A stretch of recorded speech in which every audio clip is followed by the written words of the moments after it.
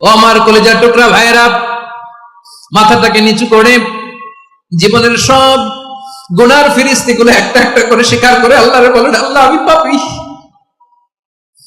আল্লাহ আমার চেয়ে বড় পাপী এই দুনিয়াতে কেউ নাই, আকাশের নিচে জমিনের উপরে আমার চেয়ে বড় পাপী কেউ নাই। একটা একটা করে আল্লাহ স্বীকার করি আমি পাপী, সব পাপের স্বীকৃতি দিলাম। পৃথিবী না জানুক আমি তো জানি আমি কি পাপ করেছি, হায় আমার পাপের করলে বিচার, বাঁচার আমার নাই উপায়।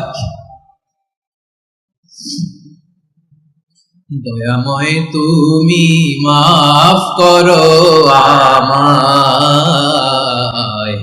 মাফ করো আমায়। আল্লাহ তাআলা যদি দয়া করে আমাদেরকে মাফ না করে, আমাদের বাঁচার কোনো উপায় নাই।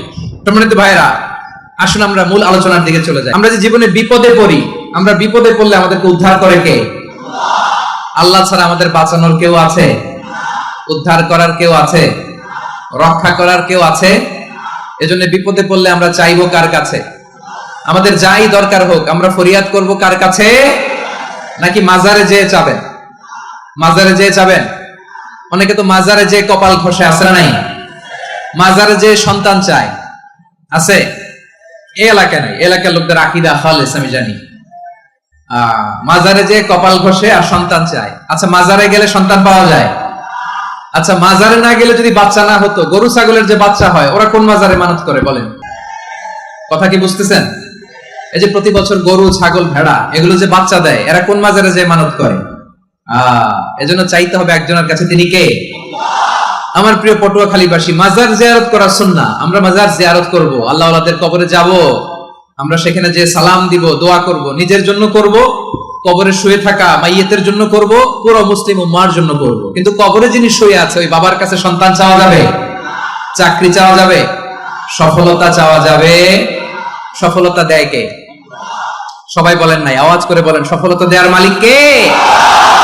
এই কথাই রব্বুল আলামিন বলেন, ওয়া ইয়ামসাসকাল্লাহু বিদুররিন ফালা কাশিফা লাহু ইল্লা হু ওয়া ইয়ুরিদকা বিখাইরিন ফালা রাদ্দা লিফাদলি ইউসিবু বিহি মান ইয়াশাউ মিন ইবাদিহি ওয়া হুয়াল গফুরুর রহিম। আল্লাহু আকবার। আল্লাহ বললেন, ওয়া ইয়ামসাসকাল্লাহু বিদুররিন ফালা কাশিফা লাহু ইল্লা হু। আল্লাহ যদি তোমাকে কোনো বিপদ স্পর্শ করায়, আল্লাহ যদি তোমারে কোনো বিপদে ফেলে দেয়, ওই বিপদ থেকে উদ্ধার করার তিনি ছাড়া আর কেউ নাই। জোরে বলেন ঠিক কিনা? তিনি যদি কোনো বিপদে ফেলেন, তিনি ছাড়া বিপদ থেকে উদ্ধার করার কেউ নাই। আর তিনি যদি তোমার প্রতি কোনো অনুগ্রহ করতে চান, ওই অনুগ্রহ ঠেকিয়ে দেওয়ার ক্ষমতাও কারো নাই। আল্লাহ যদি আপনার সফলতা দিতে চায়, পৃথিবীর কোন শক্তি ওই সফলতাকে থামাতে পারে? এজন্য আল্লাহ বললেন, খবরদার, চিন্তার আকীদা খালিস করে নাও। ওয়া ইয়ামসাসকাল্লাহু বিদুররিন ফালা কাশিফা লাহু ইল্লা হু। আল্লাহ বিপদে ফেললে বিপদ থেকে উদ্ধার করার কেউ থাকে না। আর আল্লাহ যদি তোমার প্রতি দয়া দেখাতে চান, অনুগ্রহ করতে চান, ওই অনুগ্রহকে প্রতিরোধ করার মতো ক্ষমতা কারো নাই। তিনি তার বান্দাদের মধ্য থেকে যাকে ইচ্ছা তাকে দেন, যত ইচ্ছা তত দেন। তিনি ক্ষমাশীল, তিনি মেহেরবান। সুবহানাল্লাহ। তিনি ক্ষমাশীল, তিনি মেহেরবান। তাহলে এই আয়াত থেকে আমরা বুঝতে পারলাম, আমরা যদি বিপদে পড়ি আমাদেরকে কেউ বাঁচাতে পারে না।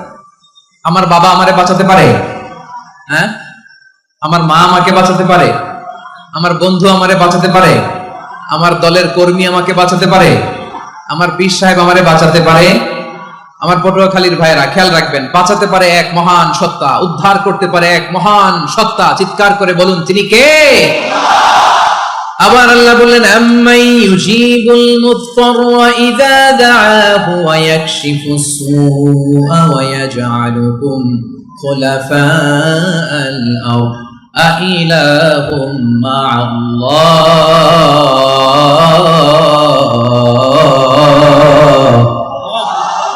কলিলাম মা তাযাক্কারুন। রব্বুল আলামিন বলেন, বিপদে পড়ে কাতর কণ্ঠে চিন্তাগ্রস্ত হয়ে যখন কেউ ফরিয়াদি হয়ে আল্লাহর ডাকে হাত তোলে, তখন ওই ব্যক্তির ডাকে সাড়া দেয় কে? সবাই বলুন। বিপন্ন অবস্থায় আপনি যখন কেঁদে কেঁদে হাত তুলে আপনার দুঃখের কথা জানান, আপনি যখন ডাকেন তারে, তখন আপনার ডাকে সাড়া দেয় কে? আল্লাহ বলে, আমি সাড়া দেই। তোমাদের বিপদকে মুক্ত করে দেয় কে? ওই আল্লাহর সাথে কোন উপাস্য আছে নাকি? কিন্তু খুব অল্প সংখ্যক লোকই তোমরা উপদেশ গ্রহণ করো কথাটা। তাহলে বিপন্ন মানবতা যখন কাঁদে, মানুষ যখন বিপদে পড়ে নিরুপায় হয়ে ফরিয়াদ করে, তার ডাক শোনার কেউ নাই একজন ছাড়া। চিল্লায় বলেন তো তিনি কে? এজন্য আমরা ফরিয়াদের হাত কার দিকে তুলবো? প্রিয় পটুয়াখালী বলেন, ফরিয়াদের দুটো হাত আমরা কার দিকে তুলবো? এবং খেয়াল রাখতে হবে, মাথার সাথে সেট করে নিতে হবে, আল্লাহ ছাড়া আমাকে উদ্ধার করার কেউ নাই। এই পৃথিবীতে কেউ আপন না। প্রিয় ভাই, বিপদে বললে বোঝা যায় কেউ আপন না। আপন শুধু একজন মহান সত্তা, তিনি কে? এটা কি আপনারা খেয়াল রাখতে পারবেন? হ্যাঁ, বিপদে আপদে কেউ আমাদের বাঁচাতে পারে না, তরাতে পারে না, মুক্তি দিতে পারে না, উদ্ধার করতে পারে না, একমাত্র আমার প্রভু ছাড়া, আল্লাহ ছাড়া। চিল্লায় বলেন ঠিক কিনা? এবং প্রিয় পটুয়াখালীর ভাইয়েরা, মাথার সাথে এটা সেট করে নিতে হবে যে আমাদের পুরো জীবনটাই পরীক্ষা। পুরো জীবনটাই কি? The life is a test. পুরো জীবনটাই পরীক্ষা। এই জীবনে বিপদ আসবে, আপদ আসবে, পরীক্ষা আসবে, সবার জীবনে এটা থাকে। এক একজনের পরীক্ষা এক এক রকম। আমার পরীক্ষা একরকম, মাসুদ ভাইয়ের পরীক্ষা একরকম, চৌধুরী সাহেবের পরীক্ষা একরকম, আপনার পরীক্ষা একরকম, ওনার পরীক্ষা আবার আরেক রকম। পুরো পৃথিবীটাই পরীক্ষা ক্ষেত্র, সবাই পরীক্ষা দিচ্ছি, কিন্তু কারো পরীক্ষা প্রশ্নের সাথে কারোটার মিল নাই। সুবহানাল্লাহ পড়বেন না? পুরোটাই পরীক্ষা ক্ষেত্র, সবাই পরীক্ষার্থী, কিন্তু প্রশ্নপত্র একটার সাথে আরেকটা মিলে না। One doesn't match the other. একজনেরটার সাথে আরেকজনেরটা মিলে না। কাউকে আল্লাহ তাআলা ধনী বানিয়ে পরীক্ষা করেন। কি বানিয়ে? কথা কি বুঝতেছেন নাকি কষ্ট হচ্ছে? কষ্ট হচ্ছে আপনাদের? কাউকে আল্লাহ ধনী বানিয়ে পরীক্ষা করেন, আবার কাউকে আল্লাহ তাআলা গরিব বানিয়ে পরীক্ষা করেন, কাউকে আল্লাহ অসুস্থ বানিয়ে পরীক্ষা করেন। কেউ দেখবেন যে দুরারোগ্য ব্যাধিতে আক্রান্ত, ডাক্তার বলেছে আর সময় নাই। দুরারোগ্য ব্যাধি, ক্যান্সার, যার নেই কোনো অ্যান্সার, তার জন্য পরীক্ষা হচ্ছে এই রোগ। আরেক লোক দেখবেন তার আবার রোগ বালাই নাই, মাশাআল্লাহ, তাকে আল্লাহ তাআলা আর্থিক দৈন্যতা, দারিদ্রতা দিয়ে পরীক্ষা করছেন। এরকম আছে না নাই? টাকা পয়সা নাই, দিন আনে দিন খায়, যা আছে তাতে চলে না, এটা তার জন্য পরীক্ষা। আবার আরেক শ্রেণীর লোক দেখবেন তাকে আল্লাহ অসুস্থতাও দেয় নাই, দারিদ্রতাও দেয় নাই, তার দাম্পত্য জীবনের সমস্যা আছে না নাই? স্ত্রী কথা শোনে না, অথবা ছেলে মেয়ে কথা শোনে না। তাহলে পরীক্ষা সবার জীবনে আছে, এক একজনের পরীক্ষাটা এক এক রকম। আল্লাহ তাআলা দেখতে চায় যে এই পরীক্ষার সময় আমরা কিরকম রেসপন্স করি, how to deal with the test, কিভাবে এই বিপদ আপদ পরীক্ষাগুলোকে আমরা হ্যান্ডেল করব, ডিল করব। এটা হচ্ছে আজকের আলোচনার বিষয়। বুঝতে পেরেছেন সবাই আমার প্রিয় ভাইরা? তাহলে পরীক্ষাময় আমাদের জীবন, বিপদ আপদ পরীক্ষা, এটা মানুষের পিছু ছাড়ে না। সবার জীবনে পরীক্ষা আছে। নবীদের জীবনেও পরীক্ষা ছিল। সাহাবারা জিজ্ঞেস করেছেন, ইয়া রাসূলুল্লাহ, আইয়ুন নাসি আশাদ্দু বালাআন ফিদ দুনিয়া, এই দুনিয়ার বুকে কাদের পরীক্ষা সবচেয়ে বেশি? বিশ্বনবী বলেছেন, আল আম্বিয়া। এই পৃথিবীতে সবচেয়ে বেশি পরীক্ষা আল্লাহ তাআলা নিয়ে থাকেন নবীদের। কাদের? নবীদের। সুম্মাল আমসাল ফাল আমসাল, এরপরে নবীদের পরের স্তরে যারা, তাদের পরীক্ষা। এরপরে তাদের পরের স্তরে যারা, তাদের পরীক্ষা। সিদ্দিকিনদের, শুহাদাদের, সালিহিনদের, আল্লাহওয়ালাদের। যার ঈমান যত মজবুত, তার জীবনে পরীক্ষাও তত বেশি। চিল্লায় বলেন ঠিক কিনা? তাহলে মুমিনরা, বিশ্বাসীরা, আমরা কি পরীক্ষা বিপদ আপদে ভয় পাই? হ্যাঁ, বিপদ দেখলে ভয় লাগে আপনাদের? ভয় লাগে? হ্যাঁ, না, মুমিনরা বিপদে ভয় পায় না, তারা হতাশ হয় না, সুবহানাল্লাহ, তারা নিরাশ হয় না। বিশ্বাসীরা হাল ছেড়ে দেয় না, তারা ভরসা রাখে একজনের উপর। চিল্লায় বলতে হবে তিনি কে? কারণ মুমিন জানে the grief isn't permanent, the test isn't permanent, the struggle in our life isn't permanent. আমাদের জীবনের দুঃখ, কষ্ট, স্ট্রাগল, এগুলো পার্মানেন্ট নয়। After every difficulties there is an ease. সব কষ্টের পরেই একটা সুখ আছে না নাই? রব্বুল আলামিন বলেন, ফা ইন্না মাআল উসরি ইউসরা, ইন্না মাআল উসরি ইউসরা, ভয় পেও না, চিন্তা করো না, কষ্টের সাথেই আমি রেখে দিয়েছি স্বস্তি। সুবহানাল্লাহ বলেন। মুমিন জীবনে বিপদ যত বেশি, কষ্ট যত বেশি, তার সামনে সফলতা তার চেয়েও বেশি। ঠিক কিনা বলেন? কারণ বিশ্বাসীরা জানে রাত্রি যত গভীর হয়, সুবহে সাদিকের সময় তত আগাতে থাকে। গর্ভবতী নারীর পেটের ব্যথা যত বাড়তে থাকে, ঘরে নতুন মেহমান আগমনের সময় ঘনাতে থাকে, মুমিনদের উপর বিপদ, অত্যাচার, আপদ, পরীক্ষা যত বাড়তে থাকে, কালিমার পতাকা উড্ডয়নের সময় কাছে আসতে থাকে। বিশ্বাসীদের এগুলো হিসাব মিলানো অনেক আগে, এগুলো অনেক আগে হিসাব মিলানো। দুঃখের আধার শেষে সুখের আলো মিটি মিটি হাসে, চিল্লায় বলেন ঠিক কিনা? দুঃখের আধার শেষে আলোর প্রভাত হাসে, হতাশার কালো মেঘে যায় গো ভেসে, হতাশার কালো মেঘে যায় গো ভেসে। দুঃখের আধার শেষে আলোর প্রভাত হাসে, হতাশার কালো মেঘে যায় গো ভেসে, হতাশার কালো মেঘে যায় গো ভেসে। কোরআনের পাতায় পাতায় দেখো ঈমানের পথ ঢাকা ব্যথার কাটায়, কোরআনের পাতায় পাতায় দেখো ঈমানের পথ ঢাকা ব্যথার কাটায়। ভেঙে পড়ো না প্রভু হতাশ হয়ে,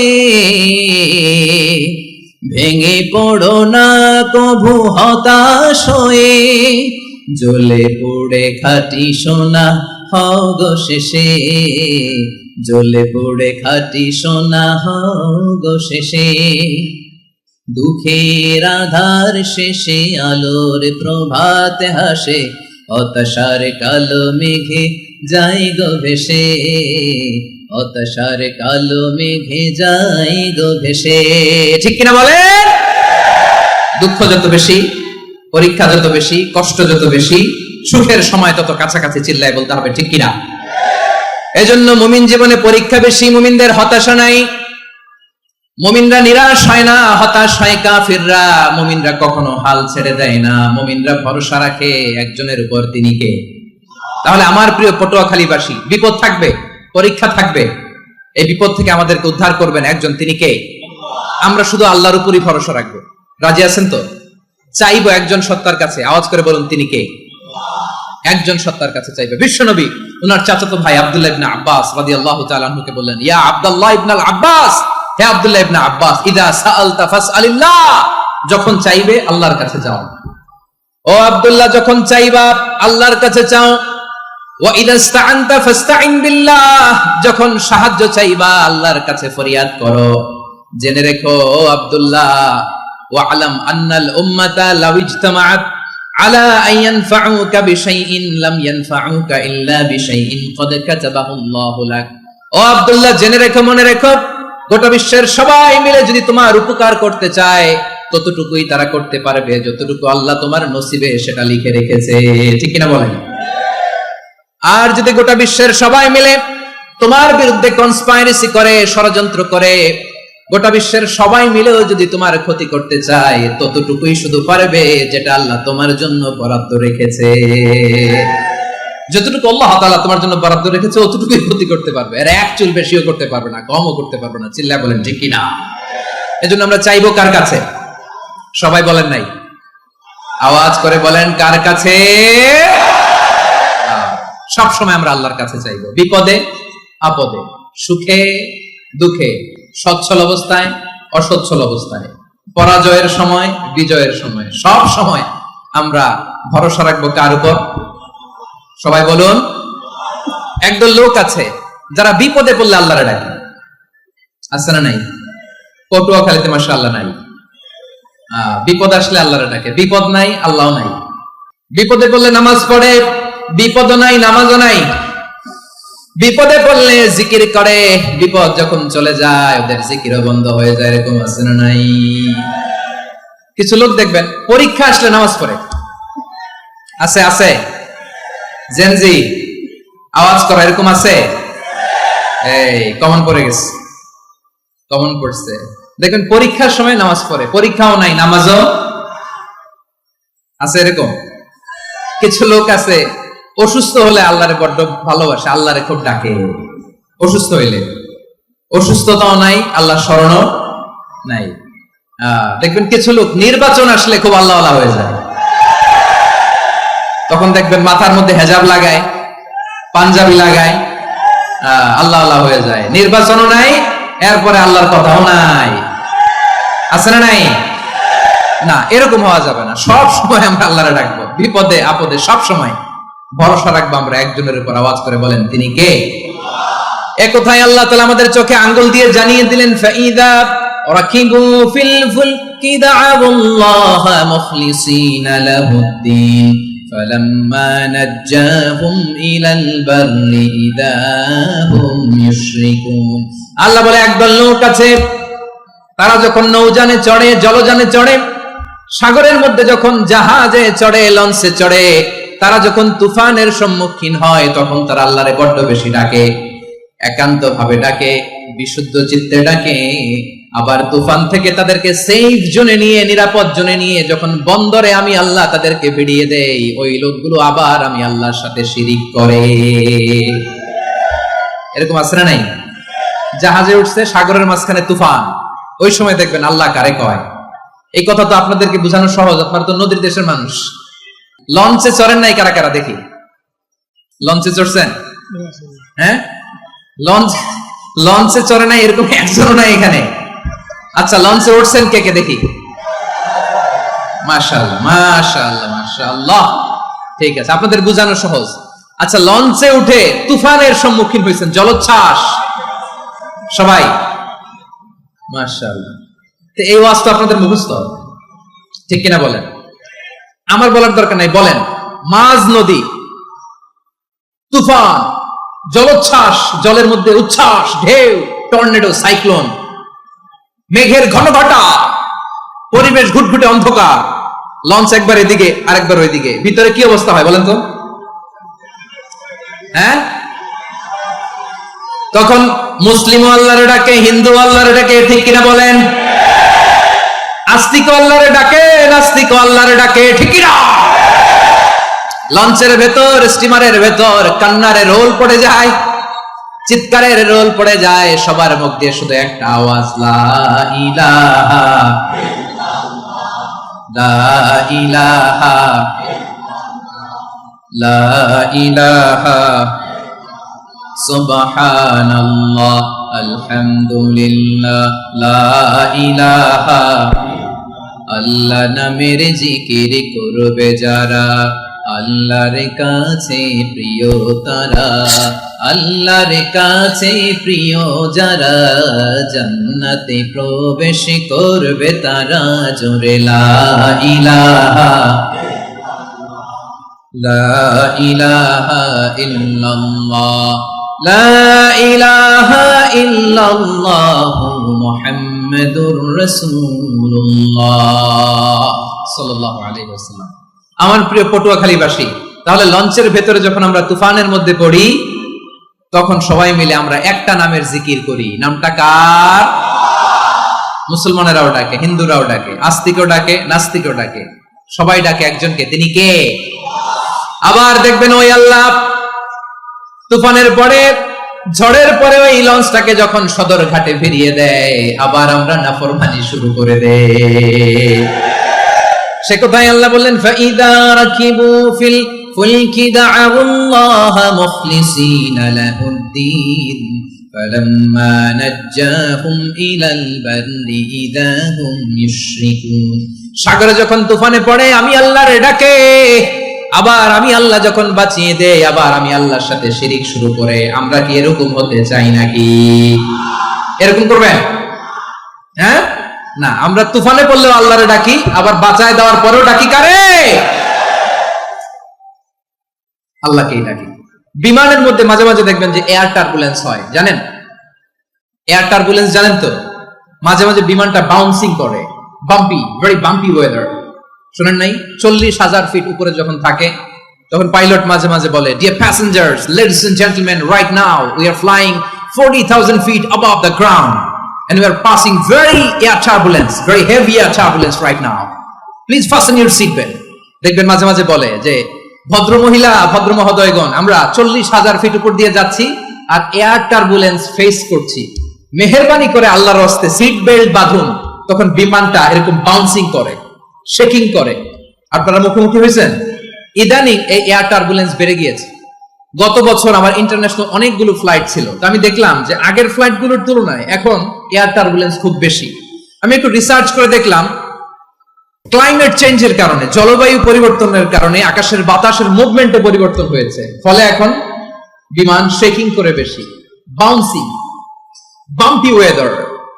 তো বলেন তো 40,000 ফিট উপরে যখন আপনি, কয় হাজার ফিট, সবাই বলুন কয় হাজার ফিট, 40,000 ফিট উপরে যখন আপনি, তখন যখন বিমানটা এরকম বাউন্সিং করে, সবাই যখন ভমিটিং করে বিমান নষ্ট করে দেয়, বমি করে, তখন বাঁচানোর কে আছে আল্লাহ ছাড়া?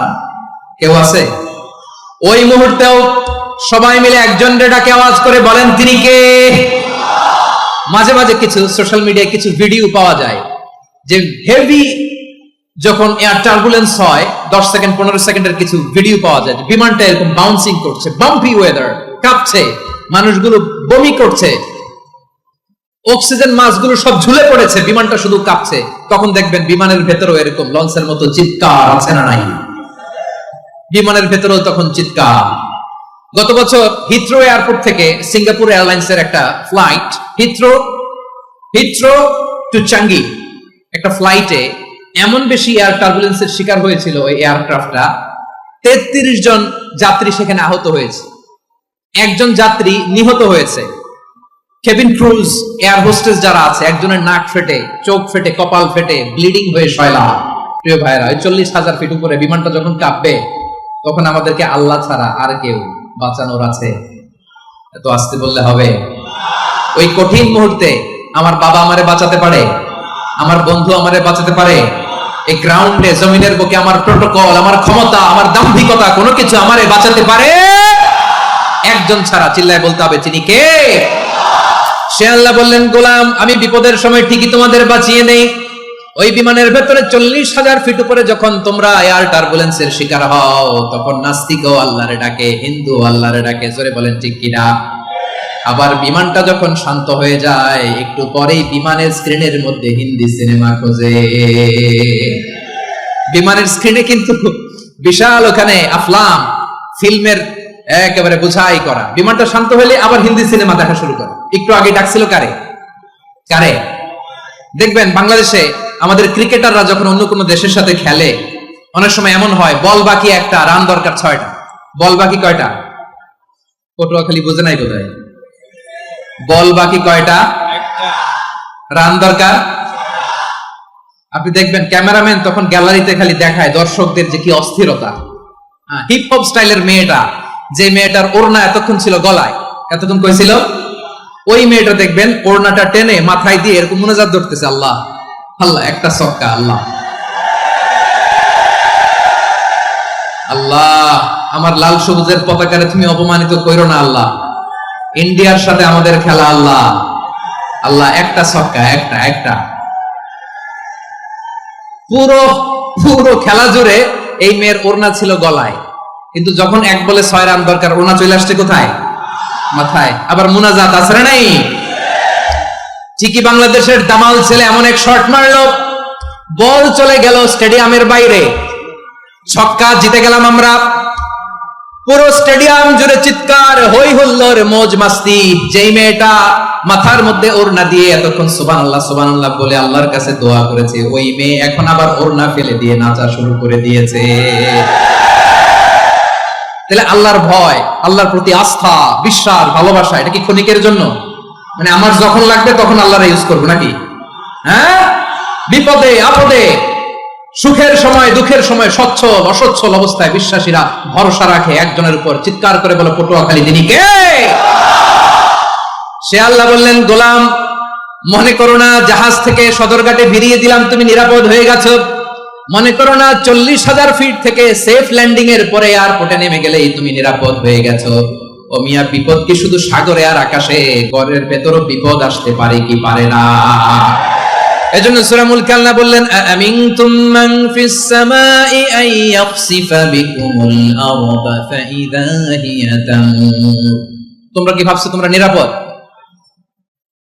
সাগরের মধ্যে তুফান, আল্লাহ আল্লাহ ডাকলাম, সদরঘাটে যেয়ে পড়ছি, বাইসা গেছেন তো আপনি। আর পাবে আপনারে আল্লাহ? আল্লাহর তো সাগরের মাঝখানে তো আল্লাহ আপনার পাইছিল, আর তো পাবে না। আর পাবে আপনারে? আর আল্লাহ ধরতে পারবে আপনারে? ঘরের ভেতরও বিপদ দিয়ে আটকাতে পারে কে?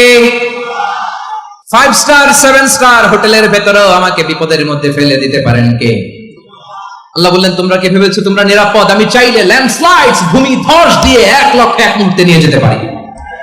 এক সুনামি দিয়ে থাপ্পড় মেরে 3 লক্ষ সাগরের ভেতরে ঢুকায় দিতে পারি।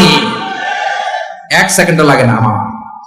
أم أمنتم من في السماء أن يرسل عليكم حاصبا فستعلمون كيف نذير। আল্লাহ চাইলে আকাশ থেকে পাথর বৃষ্টি নাজিল করতে পারেন কি পারেন না? এই মুহূর্তে এখানে ভূমিকম্প দিতে পারেন কি পারেন না? আচ্ছা, ভূমিকম্প যখন হয় আমাদের কারো হুঁশ থাকে? আপনি মনে করছেন আমরা সাধারণ মানুষ, আমরা দৌড় দেই, আর প্রেসিডেন্ট প্রধানমন্ত্রী ওনারা বুঝি খাটে শুয়ে থাকে? কথা বুঝে নাই বোধহয়। ভূমিকম্প, আর্থকোয়েক যদি হয়, বাঁচার জন্য আমরা কি করি? হয় খাটের তলায়, ডাইনিং টেবিলের নিচে, উপরে শক্ত কিছু আছে এটার নিচে, অথবা ঘর থুইয়া দেও দৌড়। তো প্রধানমন্ত্রী উনি কি করে? প্রেসিডেন্ট উনি কি করে? হ্যাঁ, উনি খাটের মধ্যে যে শুয়ে থাকে নাকি? উনিও দৌড়, সাধারণ মানুষও দৌড়, প্রধানমন্ত্রীও দৌড়, বাড়িওয়ালাও দৌড়, ভাড়াটিয়াও দৌড়, সবাই দৌড়। নাকি ভাড়াটিয়ারা বাড়ি থুইয়া দৌড়, বাড়িওয়ালারা আর বেরোয় না? এরকম না। তাহলে যে কোনো মুহূর্তে ভূমিকম্প দিয়ে নাস্তানাবুদ করতে পারে কে? আমার প্রিয় ভাইয়েরা, আমরা নিরাপদ নই, আমরা তার দয়ায় বেঁচে আছি। কার দয়ায়? এজন্য আল্লাহ বললেন, গোলাম, যে কোনো মুহূর্তে বিপদ দিয়ে তোমাদেরকে নাস্তানাবুদ করতে পারি। বিশ্বাসী বলে যদি নিজেকে দাবি করো, সব সময় ডাকতে হবে একজন সত্তাকে। বলেন তিনি কে? এই কথা ক্লিয়ার? এই সবগুলো উদাহরণ শেষে সবার কাছে ক্লিয়ার হয়েছে না যে বিপদ থেকে, আপদ থেকে, পরীক্ষা থেকে, ক্যালামিটি থেকে আমাদেরকে কেউ বাঁচাতে পারে না একজন সত্তা ছাড়া। আবারও বলেন তো তিনি কে? ক্লিয়ার? হ্যাঁ, সবাই বুঝতে পারছেন? আচ্ছা, এবার আমরা দেখি বিষ্ণু ইসা ইসলামের জীবনে বিপদ আপদ ছিল কিনা। উনি বিপদ আসলে কিভাবে ডিল করতেন, বিপদ আসলে কোন দোয়া পড়তে হয়, কিভাবে ফরিয়াদের হাত উত্তোলন করতে হয়, কিভাবে রবের দরবারে নতজানু হয়ে ফরিয়াদ করতে হয়, এটা জানার দরকার আছে না নাই? আসুন আমরা বিষ্ণুনবীর জীবনী থেকে দেখি বিপদ আসলে উনি কি করতেন। বিপদ আসলেই প্রথমে বিষ্ণু ইসলাম একটা দোয়া পড়তেন। কি পড়তেন? তিনি পড়তেন, ইন্না লিল্লাহি ওয়া ইন্না ইলাইহি রাজিউন। নিশ্চয় আমরা আল্লাহর জন্য, নিশ্চয় আমরা কার দিকে ফিরবো ভাই? আবার কার দিকে ফিরবো? আওয়াজ করে বলুন তো, আমরা এসেছি কার কাছ থেকে, আবারও ফিরে যাব কার কাছে? এজন্য বিষ্ণুই পড়ছেন, ইন্না লিল্লাহি ওয়া ইন্না ইলাইহি রাজিউন। নিশ্চয় আল্লাহর জন্য, ওই আল্লাহর দিকেই আমরা ফিরে যাব। তারপরে বিষ্ণুই পড়তেন, আল্লাহুম্মা আজুরনি ফি মুসিবাতি ওয়াখলুফ লি খায়রাম মিনহা। একসাথে প্রথমে পড়তেন ইন্না লিল্লাহি ওয়া ইন্না ইলাইহি রাজিউন, তারপর পড়তেন আল্লাহুম্মা আজুরনি ফি মুসিবাতি ওয়াখলুফ লি খায়রাম মিনহা। মানে আল্লাহ, এই যে আমি বিপদে ধৈর্য ধারণ করলাম, এটার সব তুমি আমারে দাও, আর যেটা হারালাম এর চেয়ে ভালো কিছু দিয়ে মেকআপ করে দিও, ভালো কিছু দিয়ে বদল করে দিও। সুবহানাল্লাহ পড়েন।